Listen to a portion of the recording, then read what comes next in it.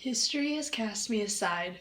My childhood wasn't typical for the time. I had a wealthy family and a high social status. For a girl, I was well educated. The coming years of my life wouldn't be easy, and I relied on these things in my life to get me through.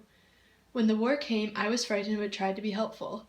I helped to take care of wounded soldiers in our barn. I was described as a brunette with the most good-natured, lively dark eyes, which threw a beam of good temper and benevolence. My world was falling apart, but I tried to make do. Alexander Hamilton and I really did love each other. He wrote heartfelt letters to me often. "You become dearer to me every moment," he said. Some people think Alexander married me for the money and status, but his letters told a different story. We were married on a snowy December day, but our bliss was short-lived. When Alexander went off to war, I was left to manage on my own. I stayed in solitude, anxiously awaiting his return. When the war was finally won, Alexander went immediately to work as a lawyer. It felt like he was more focused on his work than our family. I tried to keep my head high, but it was getting harder. My life was never easy. Alexander was working and writing as a member of the cabinet. One summer he had an affair, but he kept it a perfect secret.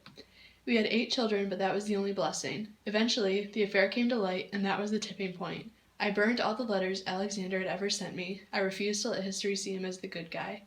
Terrible things were coming. Our son Philip was killed in a duel at only 19. His death was the thing that finally made me see, and I forgave Alexander for everything he'd done. Alexander's death was hard and terrible, but I still pushed through. He was killed in a duel with a political rival in 1804, 3 years after Philip. Debt, the affair rumors, and the duel consumed me. I was able to raise our remaining children and buy back our house with help from family, but I knew I had to do something more. My widowhood was anything but boring. I lived for 50 years after Alexander's death. I raised funds for the Washington Monument and condemned slavery, but my greatest achievement was establishing the first private orphanage in New York City.